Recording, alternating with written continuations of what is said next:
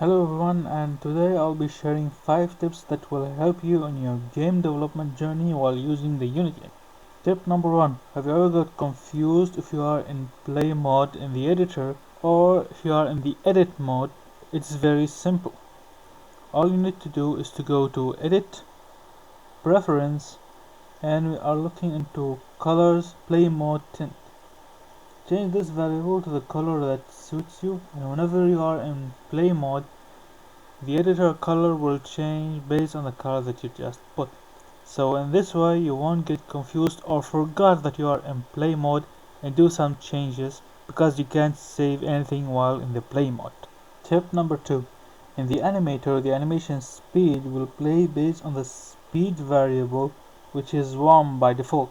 But if you put the speed variable to negative, the animation will play backwards. Tip number 3.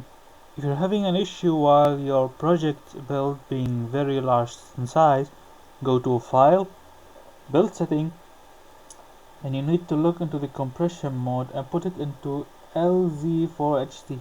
This compression method is made for the release builds and the end user version that will receive. Tip number 4. If you have a very large game object tree list in the hierarchy, instead of closing them all one by one, you can simply go to the parent of all those game objects, press Alt plus the left arrow, then it will close all the child gaps, and you can do the exact same opposite. Tip number 5. Whenever you want to make a standard stats or functions for your units, example all units have HP and speed variables, you can simply create a standard character system, and as I did here, I defined the HP and speed, and if I created a new class, example here knight, all I have to do is instead of inheriting the mono behavior, I make it inherit the character system, which actually inherits from mono behavior, so you can use it freely, and all the variables declared in character system will be accessible in here. I have the knight class, which on start method put the HP on 1 and the archer put speed on 4. Both inherit from the same class and both that have the same stat. So now if we go here, I'm going to duplicate it.